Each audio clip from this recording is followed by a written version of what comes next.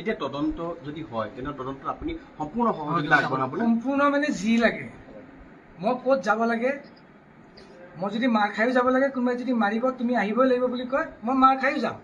য'ত যাব লাগে মই তাতে যাম। যি সোধে মোক, মই যি জানো, মই সুস্থ অৱস্থাত থকা লাগে মই এইখিনি ছাপোৰ্ট কৰিয়ে যাম।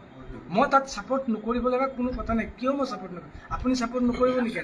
এজন অসমৰ এজন মানুহে ছাপোৰ্ট কৰিব যদি যিখিনি জানে। কোনোবা এজনক যদি সোধা যায় জুবিন গাৰ্গৰ বিষয়ে কি জানো, লাষ্ট কেতিয়া লগ পাইছিলি, তেওঁৰ অনুভৱটো তেওঁ ক'বই।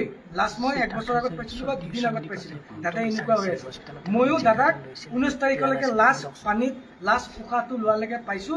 সেইখিনিলৈকে যিখিনি জানো মই 100%। তেখেতৰ মোবাইল ফোন তেখেতৰ মোবাইল ফোনটো তেওঁ কিয় স্পষ্টীকৰণ দিয়া নাই সেইটো তেওঁ গম নাপাব, সেইটো মই গম নাপাওঁ। মই তাক দিল্লীতে আহিলোঁ বুলি ক'লোঁ ন। মই নিজে টিকেট কাটি আহিছোঁ ন। মোৰ লগৰ এজনে বন্ধু এজনে টিকেট কাটি দিছে। মই 4:25 ফ্লাইটত আহিছোঁ। সেইখনত জুবিন গাৰ্গক অনা হোৱা নাছিল। দাদাৰটো চাৰ্টাৰ ফ্লাইট ঠিক কৰিছিল। তাতে পিছতহে মই ইয়াত লেণ্ড কৰোঁতেহে গম পালোঁ এইখনত জুবিন দাও আহিছে।